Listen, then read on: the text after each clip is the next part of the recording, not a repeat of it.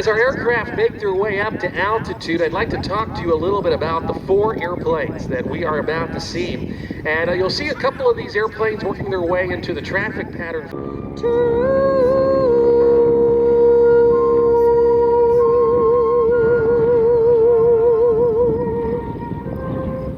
Ladies and gentlemen, a very big round of applause, if you would, for Teresa Eamon, helping us set the stage as we take to World War II. And I want you to imagine, if you would, living on or near a U.S. Army Air Corps base or a Canadian Air Base during the 1940s, high above vintage pilots.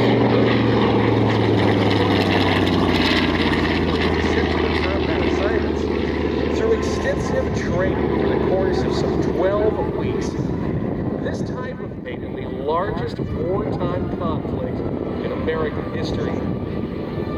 Imagine, if you would, a 17, an 18, or a 19-year-old student aviation cadet getting their first experience of flight with a plane. They would then move on to basic training in the aircraft in the right turn to our left. That's the VT BT-13 Valiant. It was introduced in the early 1940s training syllabus. It was over the course of these 12 weeks that young aviation cadets would earn 60 to 70 hours of total flying time before being shipped off overseas into their combat assigned time. Can you imagine being an 18, 19-year-old being thrown into an unknown foreign land with only about 15 hours of total time? The Valiant, the BT-13, was a very stable aircraft, and it was in the VT BT-13 that pilot to fly and implement an airplane. And then they would move on to this airplane, the aircraft in front of us, the blue one, the North American AT-6 Texan. AT standing. The North American Texan, as it was known in U.S. Army. J standing for S for Scout, N for Trainer. J was the alpha code for its manufacturer. And much like the AT-6, the airplane in front of us, the C-45, also served as a twin-engine advanced trainer for those new aviation cadets. TBM Avenger torpedo bomber, flown off aircraft carriers in the Pacific.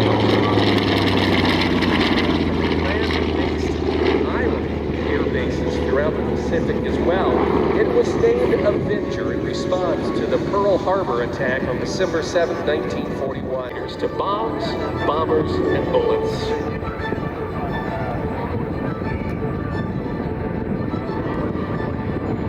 We see the C-45 Expediter inbound now from the right. An aircraft that helped train our pilots to fly the big engine airplanes. Think the Boeing B-17 Flying Fortress, or even the Douglas C-47 Skytrain. An aircraft that was once flown by the 41st President of the United States, the then young George H.W. Bush.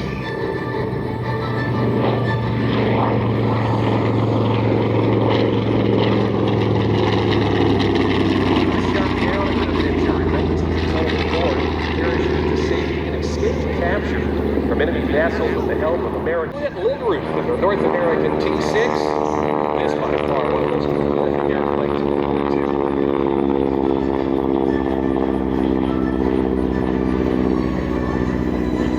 And finally the Robert Gilman and the Volt 100th anniversary of the Royal Canadian Air Force. And the C-45 that we see today, painted at RCA on April 1st of 1924.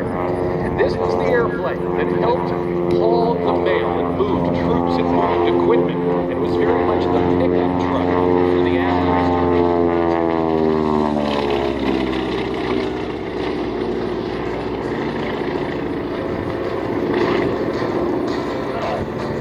Derived from the Beechcraft, the corporate jet, if you will, of the 30s and the 40s. They were fantastic utility aircraft, utilized in great numbers, upwards around 4,500, were produced by Beechcraft for the U.S. Army Air Forces.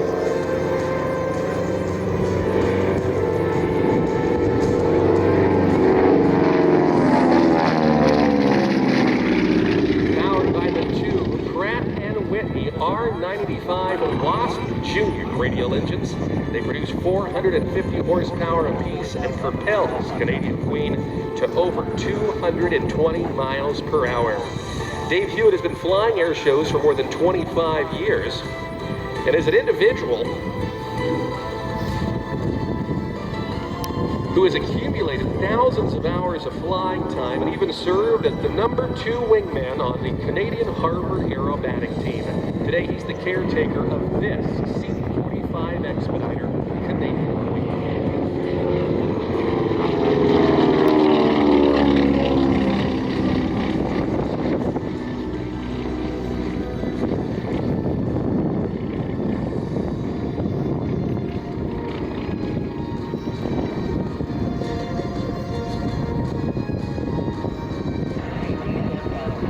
Many of these C-45s were outfitted also as executive transports.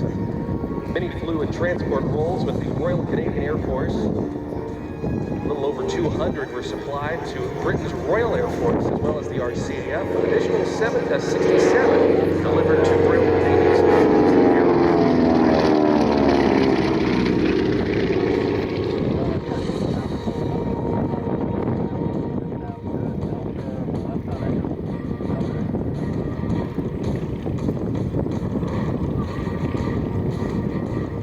carriers at sea.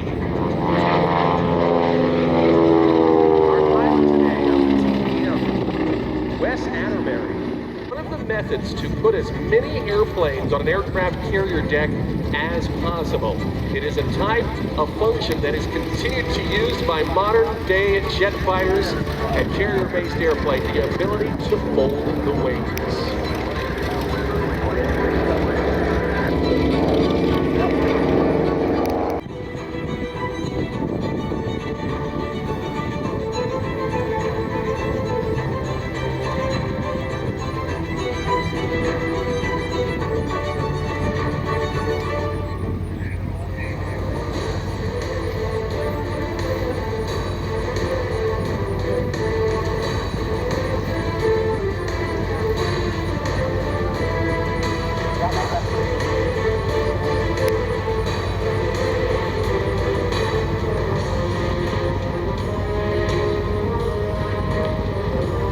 The TBM was credited in the sinking of some 2 Japanese battleships, the Musashi and the Yamato.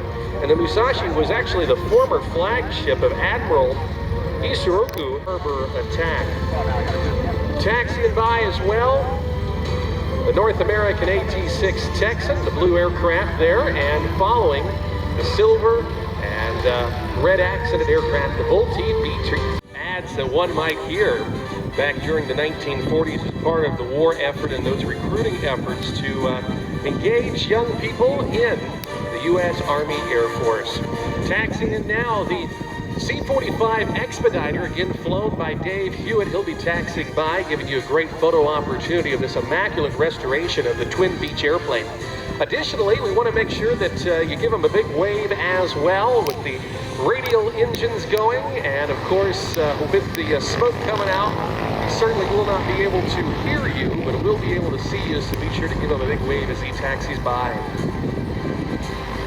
We have today an outstanding flying display program for you, taking us through about 3:30 here this afternoon. And while we have a few moments, I'd like to take this opportunity to run down the flying display sequence with you. At 10:55, we'll welcome from the Commemorative Air Force the P-51C Mustang Redtail as we tell the story of the Tuskegee Airmen. Following that, we'll see some movements of a few airliners, and then we'll be spirited display an Italian-built combat light attack airplane and trainer. At 11:55, we'll have our formal opening ceremonies accompanied by the Geronimo skydiving team, our national anthems, our parachute jump, and of course a missing man formation to salute our veterans performed today by the Canadian Harbour Aircraft Association. The Harbors return at 12:25. At 12:30, we'll see the C-17 and the KC-135 of the U.S. Air Force Mustang.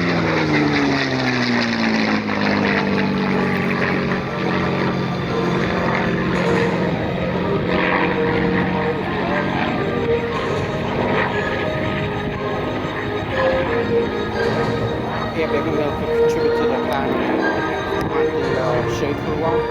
Okay. Thank you.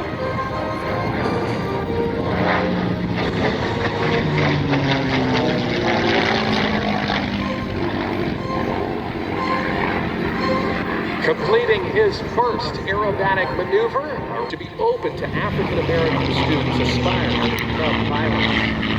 In December of 1940, the War Department followed suit and appropriated some $1 billion to Nova suitable base to train these African American airmen at the Tuskegee Institute in Alabama. They called this effort to train these men an experiment. World War II ultimately gave these African Americans a chance to go into combat units and do a first-class job so the larger population could just see how silly segregation was. In April of '43, the first full squadron of African American pilots were established, the 99th Fighter Squadron, and they had joined 3 other all-black fighter squadrons together comprising the 332nd Fighter Group, known to history as the Tuskegee Airmen.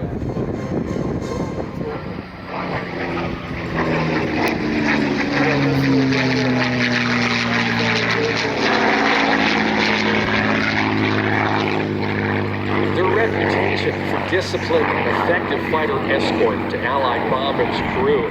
They flew missions, 14 Bronze Stars and 1 Silver Star. The efforts of the Tuskegee Airmen would not be forgotten. This small but resolute group of African American men, refined by hardship,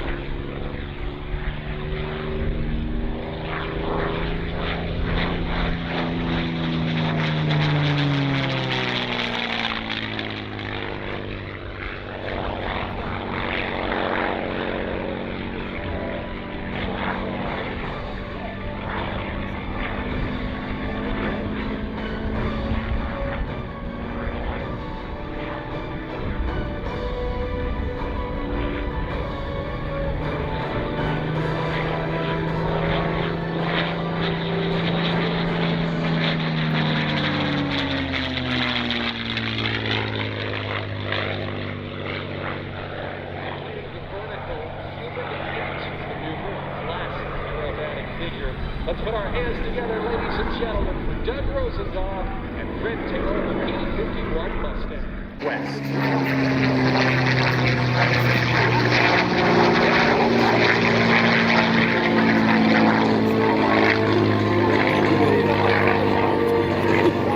The original taxi the P-51 inbound here to Show Center, give you a great look at the airplane as he taxis by. You will notice the Mustang having a fairly unique air scoop underneath the aircraft, and that was utilized to help cool the oil cooler and the radiator. They were located separate from that of the engine in the primary aft fuselage, if you will, of the aircraft. If you took damage to that scoop in combat, you wouldn't fly for much longer, as the aircraft would eventually seize up and overheat. The enemy did know that, but the development of that air scoop and how it's just slightly dropped from underneath the rest of the fuselage had a lot of aerodynamic benefits.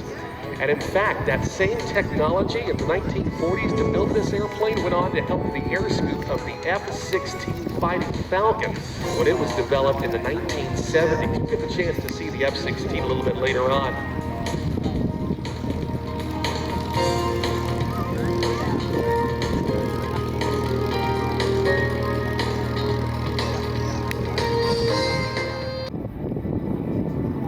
People always are looking for the underdog to kind of win the first prize, you know. And if he comes in first place, and if he's the underdog, boy, the people just love that. And I mean, we were the underdogs. We started off with zilch, with absolutely nothing, with everything that could possibly be thrown against you was thrown against us. And we beat all of the odds. I mean, no one ever expected that we would achieve at the level that we did. And even in what they call the Great Experiment, they just knew that we were going to fall on our face. They were absolutely. And even though they reluctantly take the program, they said, oh, they'll never make it. They'll flop, they'll fail. But we did not fail. We achieved everything that we started. To me, that's about the greatest story that you can tell.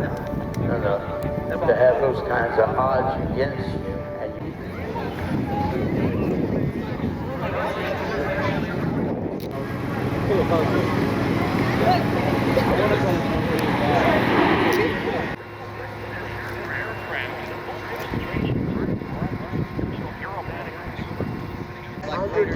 As we honor America, honor our flag and salute the men and women who serve beneath that flag with our traditional air show opening.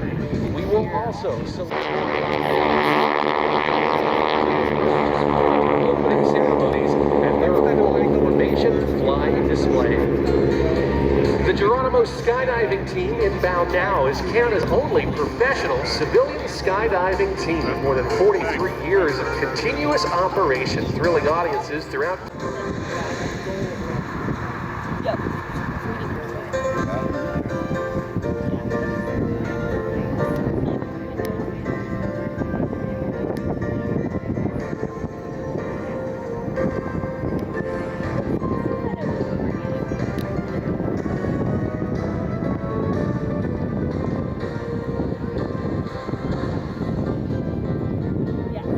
We now have jumpers away, ladies and gentlemen, quickly accelerating into free fall of 120 miles an hour.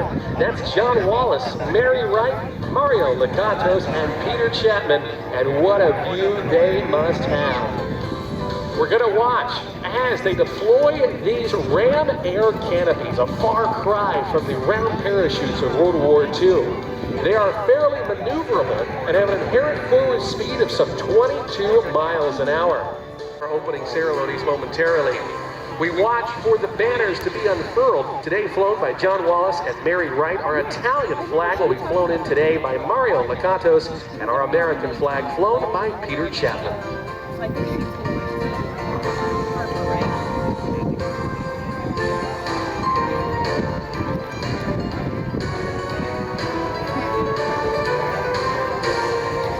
To fly these canopies, fairly simple. There are risers that come down that allow them to, in fact, warp the wings, flying these airfoils, these wings in the same fashion that the Wright brothers first flew back in 1903.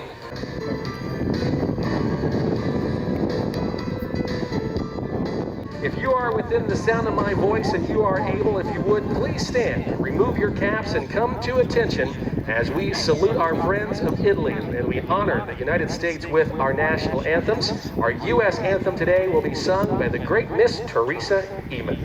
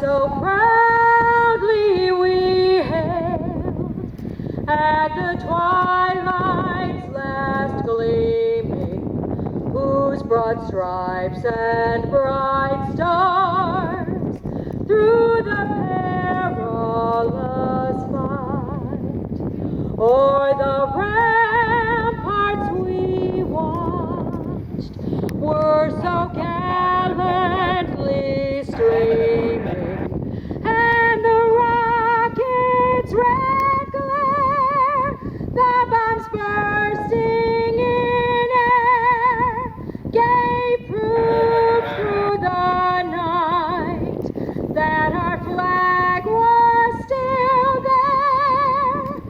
Oh, say does that star-spangled banner yet wave o'er the land of the free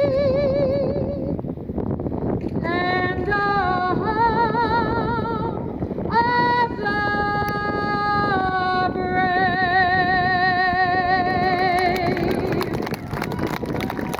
Ladies.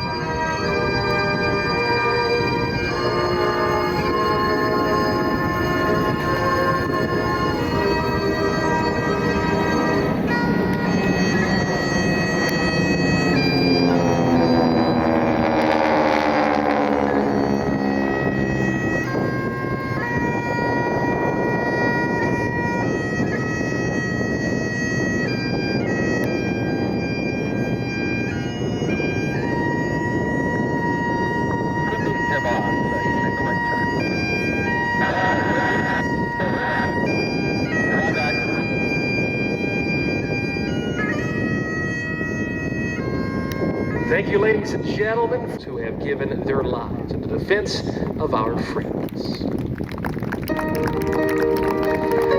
The Canadian Harvard.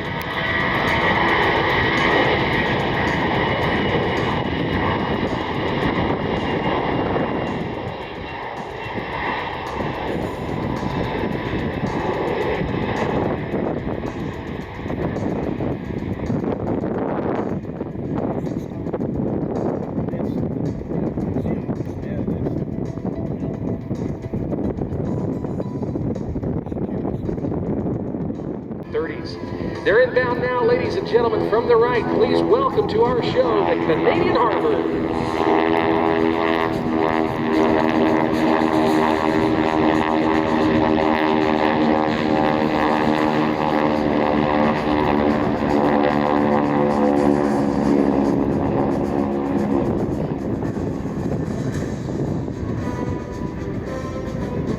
Flying in the lead for 1,000 hours of flight time. Inbound now from the left as the smoke comes on. Here's the three-ship Vic formation.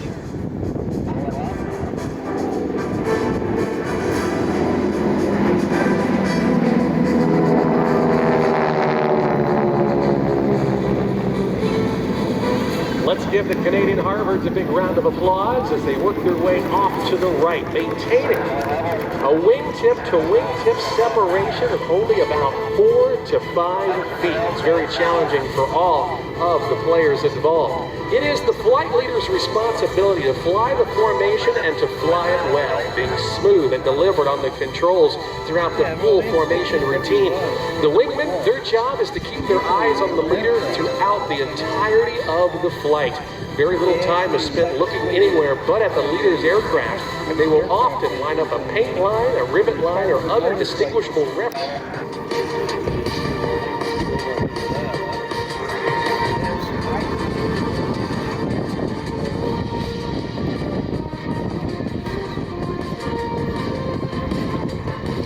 You will hear that low growling sound of these radial engines, and you'll also hear a loud snarling sound as well. That is in fact the propeller tips going supersonic around 2,400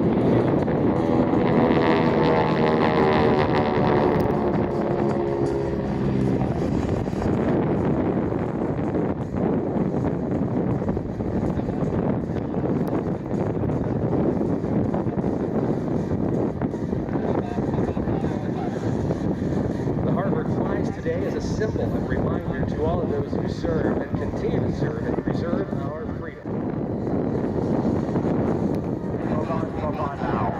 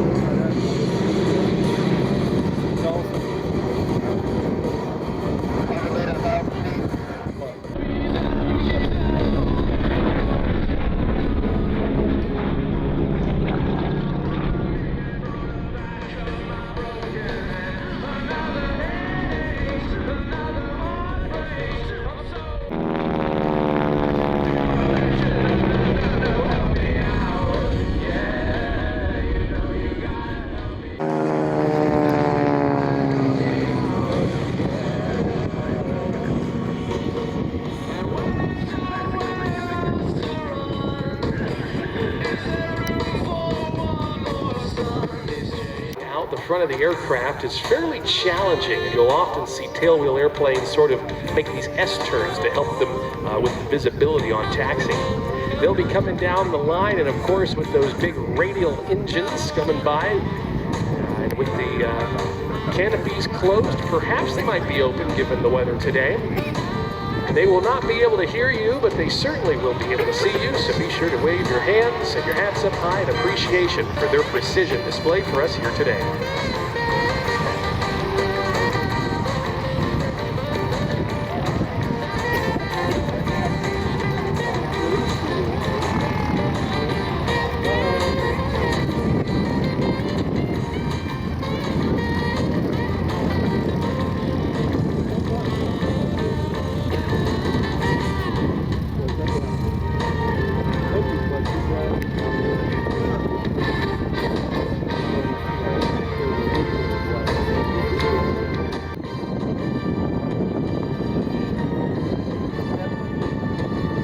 Another big thank you to many of our partners who have stepped up in a big way to make this weekend possible. Thanks to the Monroe County Airport Authority, RG&E, and WDKX, and the Give Thanks, Honor Flight, and to our Veterans Program. Thanks also to 5 Star Bank, Nabisco, Encore Aviation, U.S. Airports, Flight, the Rochester Air Center, and the New York Air National Guard. Thanks to More Good Tools, Rochester Industrial Services, Global Precision Industries, 5 Star Equipment, Flower City Tree Company.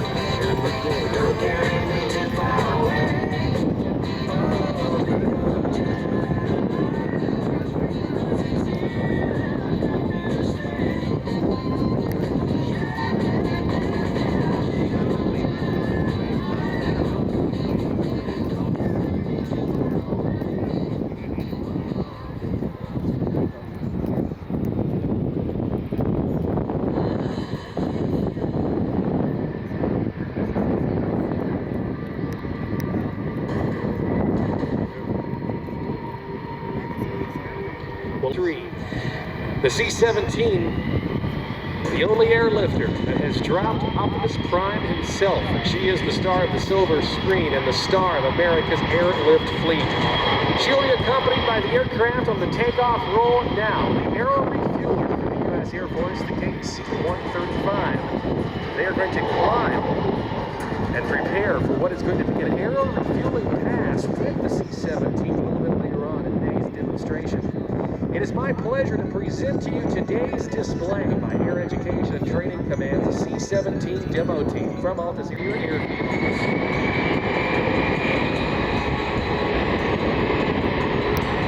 Ladies and gentlemen, on the takeoff roll from the 97th Air Mobility Wing at Altus Air Force Base in Oklahoma, presenting the C-17 Globemaster 3.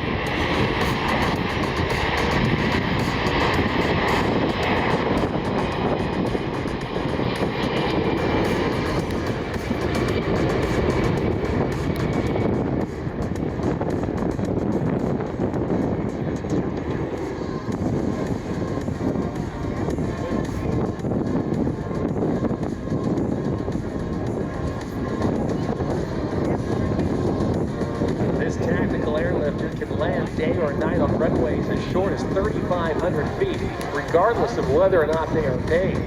Dirt, stone, rocks, grass, or even ice. No problem for this very capable jet. And the longest airdrop mission in history. Its new age design includes a modernized, computerized glass cockpit, heads-up displays at both pilot stations, and an advanced cargo handling system, allowing it to operate with a crew less than half the size of similar cargo-carrying aircraft.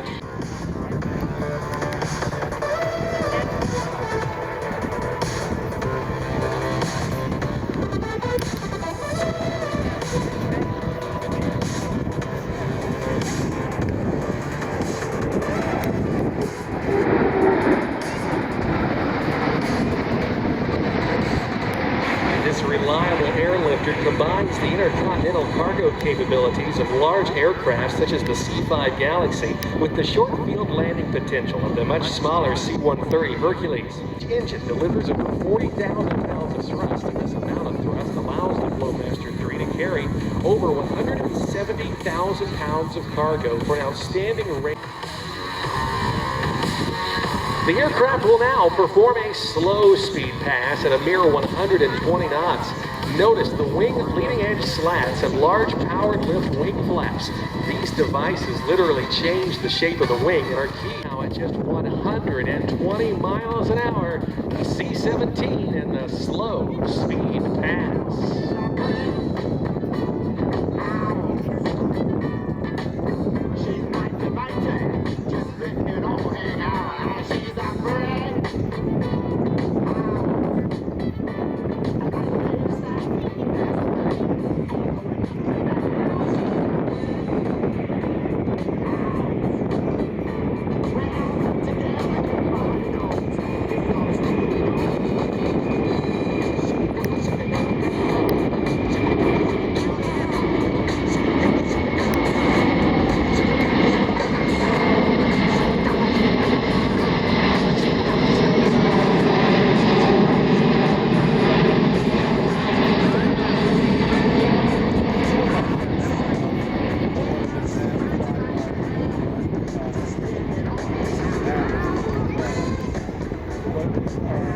The Globemaster 3 will now maneuver for a circle over the airfield, showcasing its ability to fly at slow speeds and demonstrate its advanced aerodynamics.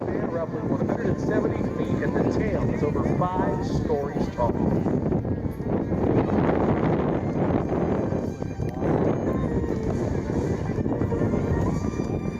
When fully loaded, the C-17 weighs in at over 580,000 pounds. Let's look now to the left as the crew demonstrates this, the minimum range turn.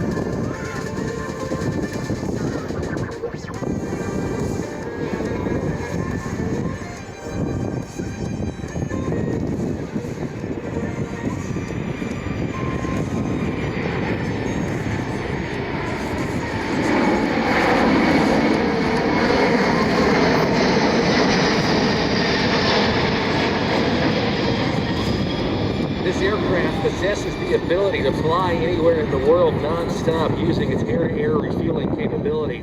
Air Force personnel routinely fly 24-hour missions with the C-17 with a single crew. Simulated air-to-air refueling pass demonstrating the skill required to precisely fly this type of formation.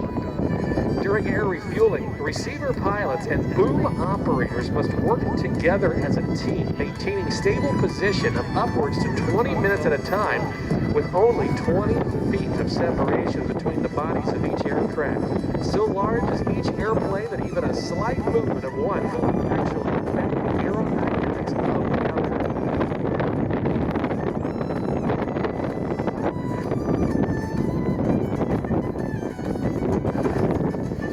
Direct your attention ahead and to our left. You will see the KC-135 and C-17 approaching the airfield in this air refueling formation. This is normally accomplished at altitudes upwards of 20,000 or even 30,000 feet above the ground. Today, they are going to showcase to you this pass at just 1,500 feet above the airport. This formation permits the KC-135 to transfer fuel to the C-17 midair.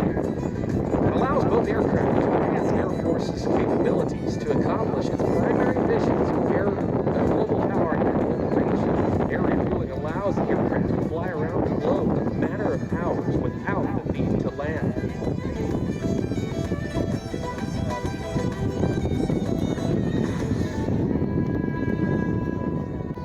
At the rear of the aircraft, look closely as the boom operator, laying on his or her stomach, will in fact fly this boom using a series of hand controls. In conjunction and radio contact with the receiver aircraft, the C-17 will now work its way close to that position and showcase to you what this might look like in a tactical situation to quickly transfer fuel at a rapid rate. Ladies and gentlemen, cameras at the ready as they work their way inbound now from the left. The Boeing KC-135 Stratotanker, the Boeing C-17 Globemaster 3 in pre-contact position.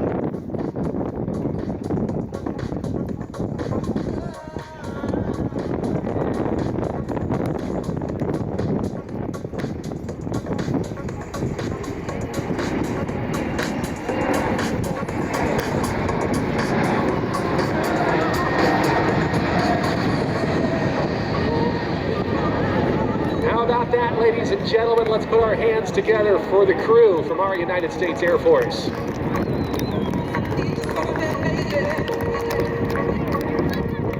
As the aircraft split, the KC-135 pilots for today's display are Majors John Zetvik, Vic Bro, and Matthew Crandall. They are assisted by the boom operators, Technical Sergeant Alex Squibble and Eric Lucio.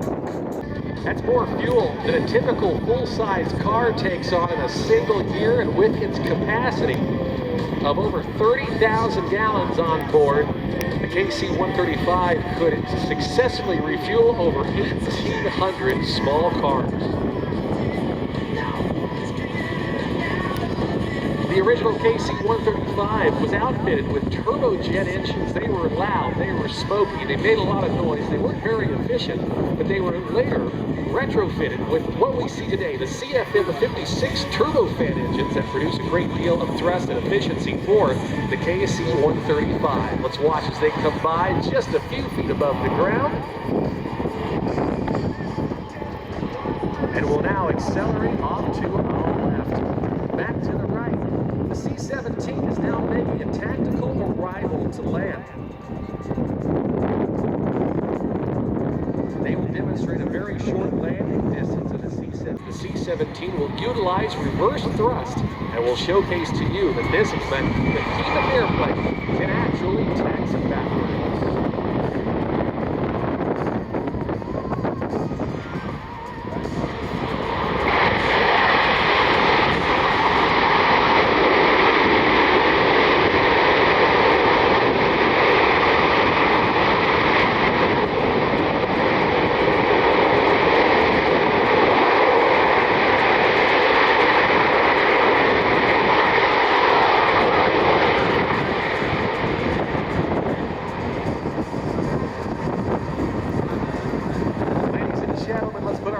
together for the C-17 Globemaster 3.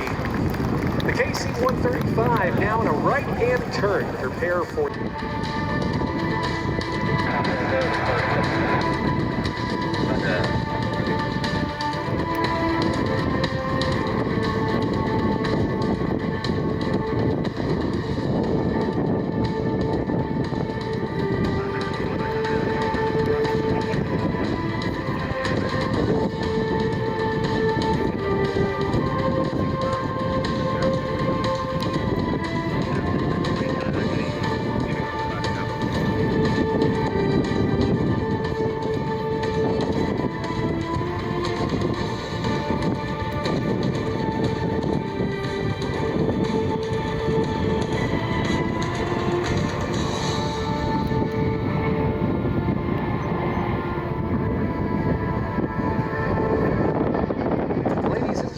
This concludes today's demonstration on behalf of the men and women of the United States Air Force Air Education and Training Command at Altus Air Force Base in Oklahoma. They thank you for being with us here today and hope you've enjoyed this brief look at the C-17 Globemaster 3 and the KC-135 Stratotanker Troop forces, the U.S. Air Force's core airlift and air refueling operations, which will continue.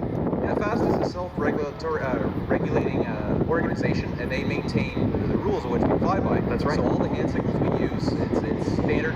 So the fellas I'm flying with today, I could fly with another fast pilot like Doug here as well. We can hop into an airplane and use all the same hand signals. We know exactly what we're talking about. It's basically our own language. Very much so. Very much a language of formation flight. I've talked to lots of people who have flown the Harvard/the T6/the S&J. It looks like a fun airplane to fly, and I know that you all take a great deal of pride this year in particular with selecting the University of New York. 10,000 Harvards, trained more than 40 or 50,000 students from all over the world. I'm going to lose the microphone in a second here because we've got some more noise coming up. Yep, Scooter making his way up to the perch and inbound for the show. Well, thanks for having us. We like to make lots of noise and smoke for everyone to enjoy, and we hope to see you again next year. Very good, ladies and gentlemen. A big round of applause for Sean Voskamp. He is the lead pilot of this weekend with the Canadian Harvard Aircraft Association at today's formation flying display. Another individual who's joining us here on the stand right now, representing that of the commemorative Air Force and also the Rise Above efforts that we've told you about today with the Tuskegee Airmen, is Doug Rosendahl. He's from Mason City, Iowa. Please welcome Doug Rosendahl to the stand, a man flying the P-51 Mustang earlier on in the show.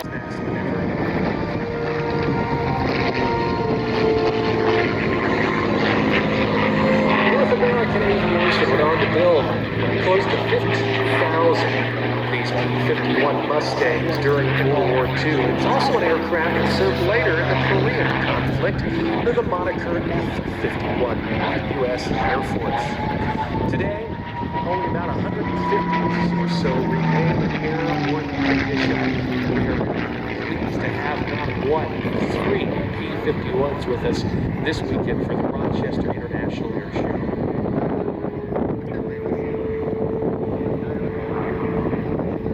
As Scooter sets up for his next maneuver, we watch as he picks up our flight line and brings this P-51D model in at over 300 miles an hour once again, just a few hundred feet above the deck.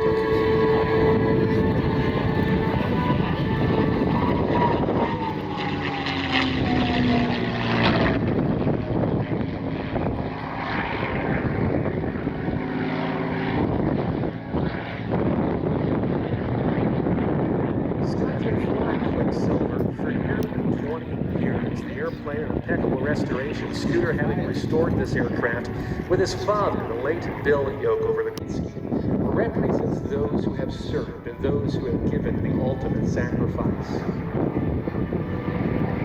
If you look closely, as Scooter comes by with a 4-point hesitation roll, you will see a black cape that extends from the canopy. It spreads out and divided the feathers, symbolizing the eagle that has flown with every aviator since the birth of aviation back in 1903.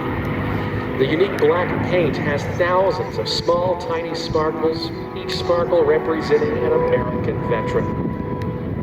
These veterans, a mom, a dad, a brother, or a sister, with a glimmering star in the mother's eye, a husband's heart, son and daughter's hope for the future. The silver around the spinner represents the shining halo of guard names on the guides of military service. Those having given their ultimate sacrifice to their final resting place. The black and white stripes are there.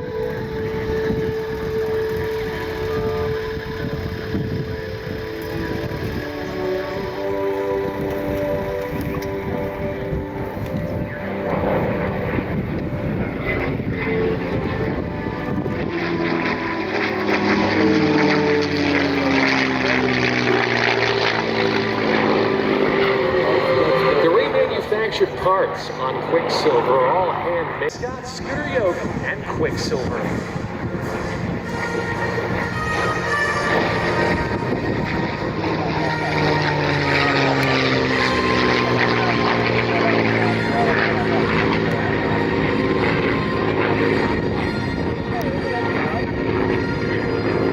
We do not fly these airplanes to glorify war, but rather to remember the sacrifices made by so many and to tell the stories of our veterans. Thank you for your service to our country.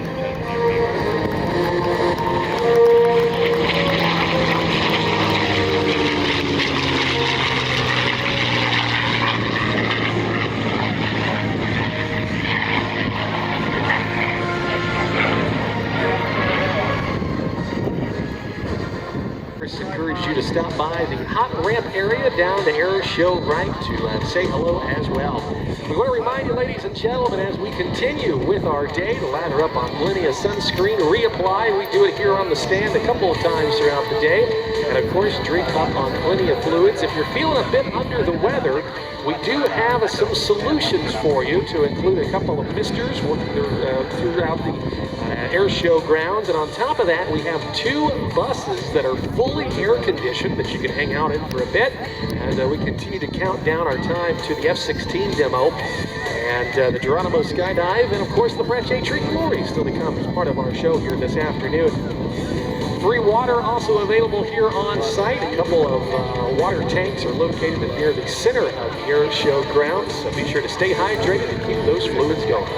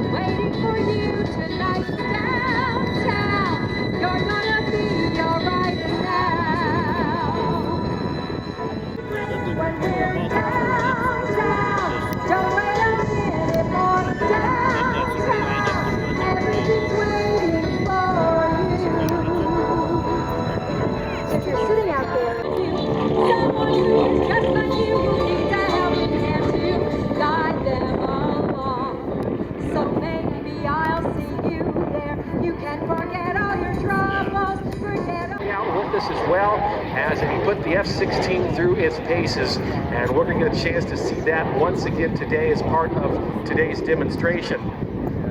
The F-16 this year is celebrating a very big model with the McDonnell Douglas FA-18 Hornet that previously was known as the YF-17 Cobra. The Navy ultimately went with the F-18. They wanted 2 engines. The F-16 to the Air Force, they were looking for a lightweight fighter to supplement the inventory, and this was the result. We're going to get the airliners out of the way, and as soon as they clear our 5 nautical mile ring, we're going to own it all. Surface 15,000, and we're going to see the full combat capabilities demonstration in flight of the F-16 with a series of high-speed passes, some aerobatic maneuvers, and given the cloud deck that we don't have today, a vertical climb as FEMA sends it.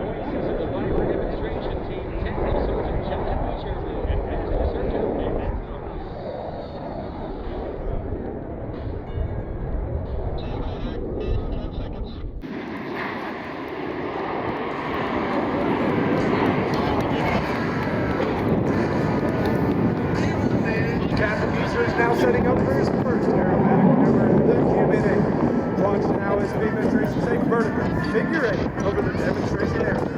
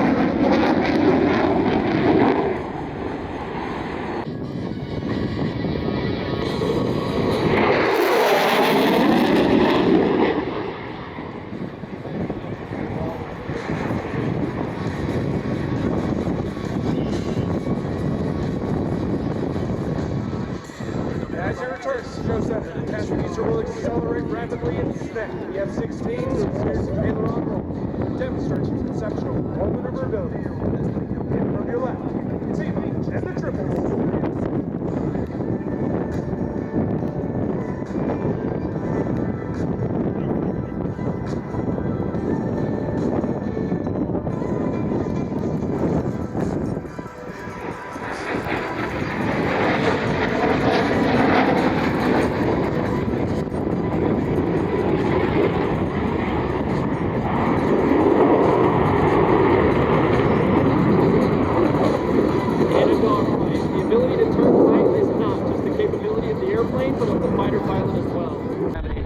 With the help of his flight equipment, Captain Easter will fight his new body weight of 1,800 pounds while flying with precision.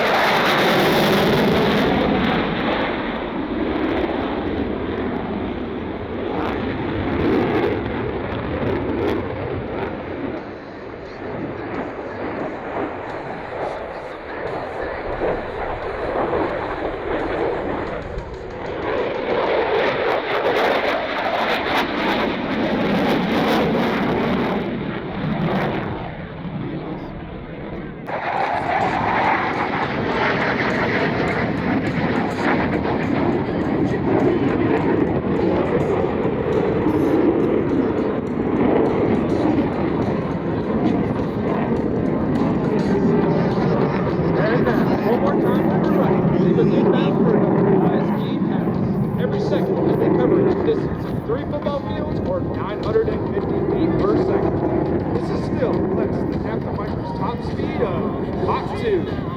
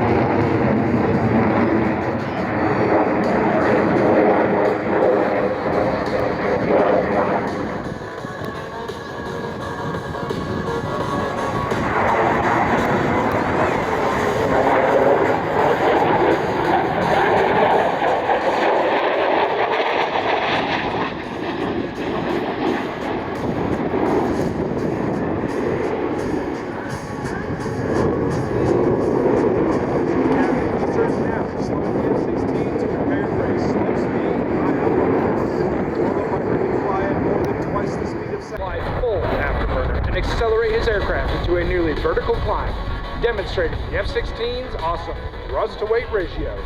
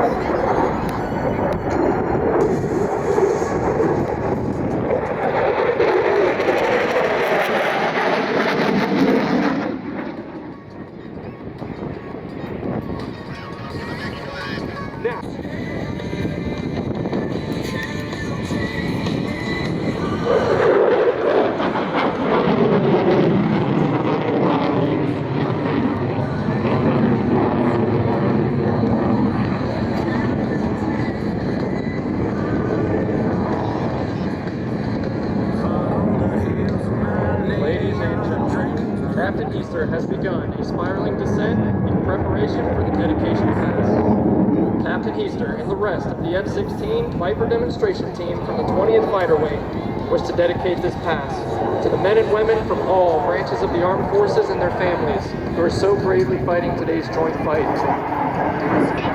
We would also like to remember our wounded warriors and veterans in attendance, and those who have given their lives defending this great nation. This will be your best photo opportunity, so the team proudly presents the dedication pass. Having a Friday night crowd in the palm of my hand.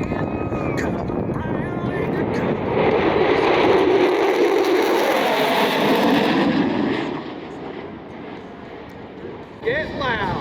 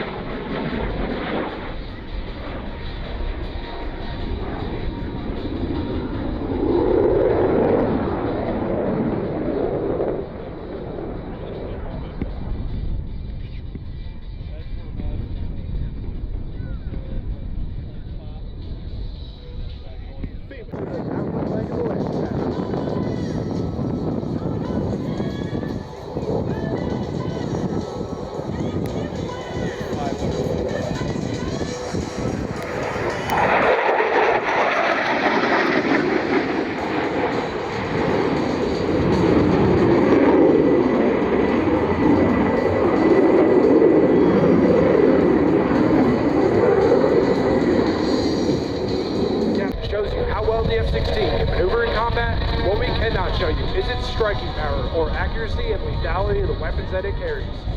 The Viper can hit targets well outside of visual range while flying faster than the speed of sound. Coupled with innovative, motivated, versatile, and adaptable airmen, your United States Air Force F-16 Fighting Falcon is applying new technologies and capabilities never before employed on a fighter. As proud members of an all-volunteer Air Force, we hope our performance has inspired you to serve your country alongside the professional men and women you see here in action today, either flying in the cockpit of an F-16 or on the ground guaranteeing its readiness to fight.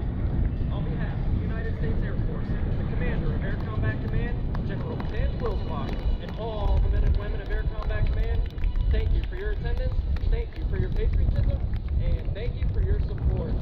And it's back to you, Luke. KROC Services and John Deere and Land Pro Equipment. And our thanks to all of those who have helped to make this weekend possible.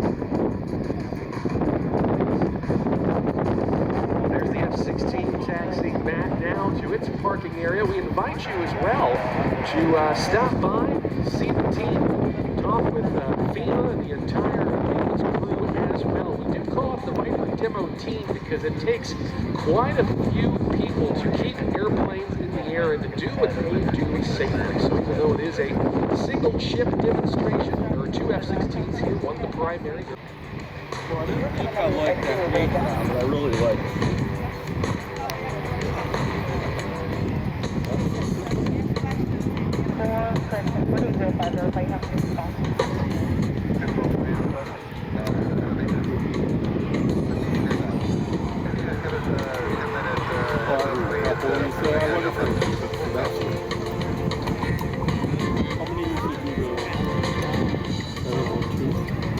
Contact tower 118.3.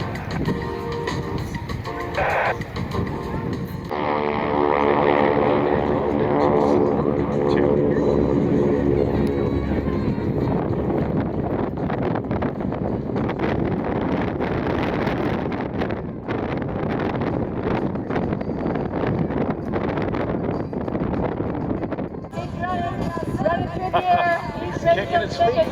Tippy-toe landing. Watch out, as soon as he drops his parachute, he's going to start webbing people. He's just testing out his landing gear, that's all.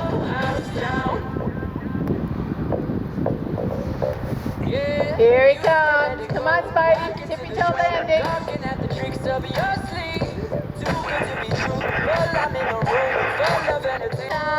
Hey, do your flare.